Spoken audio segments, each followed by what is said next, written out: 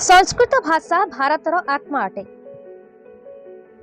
वेदव्यास संस्कृत महाविद्यालय परिसर श्रावणी उपाकर्म सहित संस्कृत दिवस पालन हो जाइए।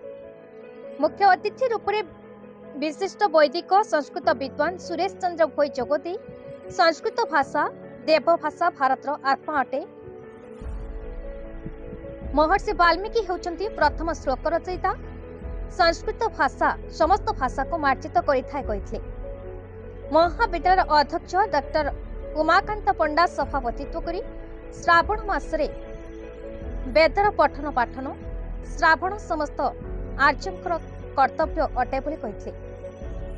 सेवा योजनार अधिकारी ज्योत्स्ना राणी दास संस्कृत स्वागत संगीत परिवेशन करथिले। अध्यापक चंद्रध्वज माझी समस्त को धन्यवाद अर्पण करथिले। अन्यमानक मध्य शांतिपाच परमेश्वर सतपथी, डॉक्टर केदारनाथ पाढ़ी, कालीकिंकर पंडा, श्याममाला दास, संतोष कुमार लेंका, रवींद्र कुमार पृष्टि अन्य माने सहयोग करथिले।